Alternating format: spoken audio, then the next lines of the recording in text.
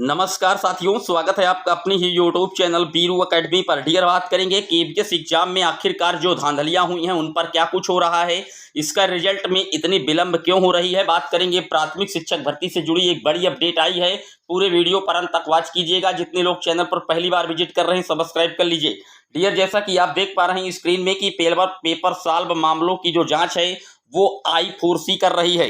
गृह मंत्रालय के द्वारा ये जो जांच है वो साइबर क्राइम एजेंसी को दी गई है, क्योंकि जो केबीएस के एग्जाम में पेपर लीक को लेकर के काफी ज्यादा जो धांधलियां हैं वो देखने को मिली थी। तो अंबाला से ये रिपोर्ट आई है, आप देख सकते हैं।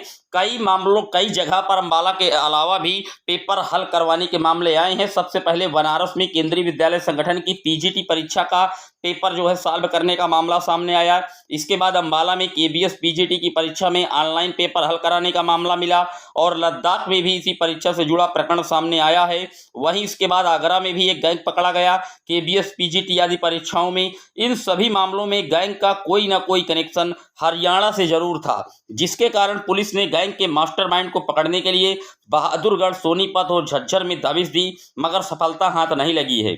ये सभी गैंग कंप्यूटर को रिमोट पर लेकर के अन्य स्थानों से पेपर को सॉल्व करते हैं।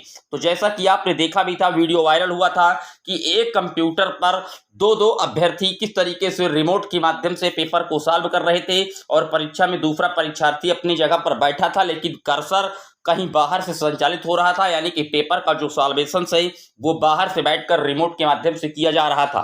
तो केबीएस 2023 के एग्जाम में काफी बड़ी धांधलियां देखने को मिली हैं।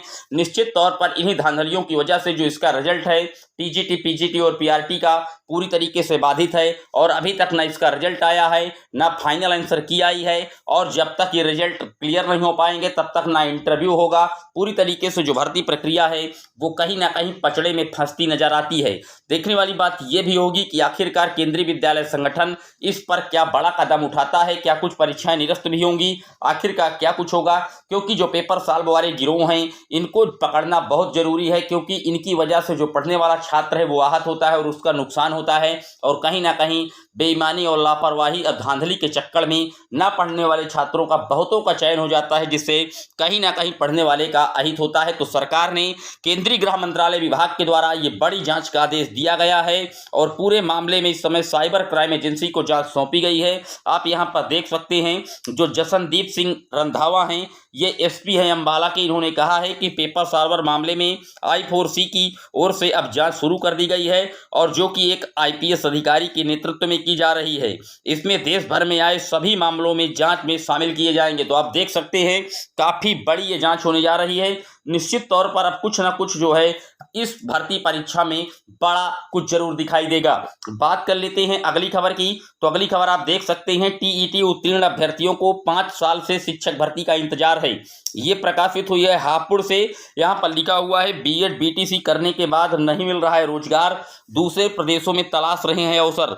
जैसा कि आप जान रहे हैं कि पिछले 5 वर्षों से शिक्षक भर्ती उत्तर प्रदेश में नहीं आई है। जिले के हजारों बीटीसी बीएड अभ्यर्थी शिक्षक पात्रता परीक्षा उत्तीर्ण करने के बाद भी रोजगार की तलाश में भटक रहे हैं।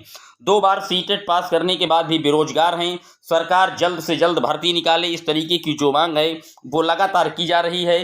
जैसा कि आप जानते हैं कि विगत 5 वर्षों से उत्तर प्रदेश में कोई भी प्राथमिक शिक्षक भर्ती देखने को नहीं मिली है। हर बार बेसिक मिनिस्टर हों या मुख्यमंत्री जी हों, अनुपात समानुपात को एकदम फिट बता देते हैं, लेकिन निश्चित तौर पर जो पद है वो काफ़ी मात्रा में रिक्त हैं। इस संदर्भ में नई प्राथमिक शिक्षक भर्ती के लिए माननीय कोर्ट का भी दरवाजा खटखटाया गया है और 2 मई को इसकी दूसरी सुनवाई होने जा रही है कोर्ट में। निश्चित तौर पर सरकार को पहली सुनवाई में झटका दिया था। कोर्ट ने पूछा है कि कितने पद रिक्त हैं, आपने किस तरीके से क्या क्या जो भर्ती में प्रोसेस है कहाँ तक क्या किया है, कितने रिटायरमेंट प्रतिवर्ष होते हैं, कितने प्रमोशन, सारा डाटा खंगाला जा रहा है। और इस एवज में योगी सरकार ये भी कह देती है कि नई शिक्षा सेवा चयन आयोग के गठन के बाद सबसे पहले यूपी टेट का आयोजन होगा और उसके बाद जो बड़ी भर्तियां हैं, लंबित भर्तियां हैं शिक्षक भर्ती की, उन पर हम कवायद शुरू करेंगे। तो निश्चित तौर पर आप ये मान लीजिए कि जो उत्तर प्रदेश में प्राथमिक शिक्षक भर्ती है वो आपको 2023 के लास्ट तक जरूर दिखाई देगी, क्योंकि लोकसभा का चुनाव लगा हुआ है और सरकार लोकसभा के चुनाव में वोट बैंक को भुनाने की पूरी पुरजोर कोशिश करेगी। तो आप लोग अपनी तैयारी को गति देते रहिएगा। आयोग का गठन अंदर ही अंदर चल रहा है। निश्चित तौर पर बहुत जल्द आयोग के गठन को भी हरी झंडी मिलेगी और उसके बाद यूपी टेट और फिर कहीं ना कहीं नई प्राथमिक शिक्षक भर्ती के लिए सुपर टेट का आयोजन योगी सरकार के द्वारा जरूर करवाया जाएगा। उम्मीद करता हूं दोनों डाउट क्लियर हुए होंगे। कोई सवाल रह गया है कमेंट बॉक्स में छोड़ दीजिएगा। इस चैनल पर आपको सटीक और ऑथेंटिक अपडेट सबसे पहले दी जाती है, इसके लिए आप चैनल को तुरंत सब्सक्राइब कर लीजिएगा। Thank you, best of luck, जय हिंद, वंदे मातरम।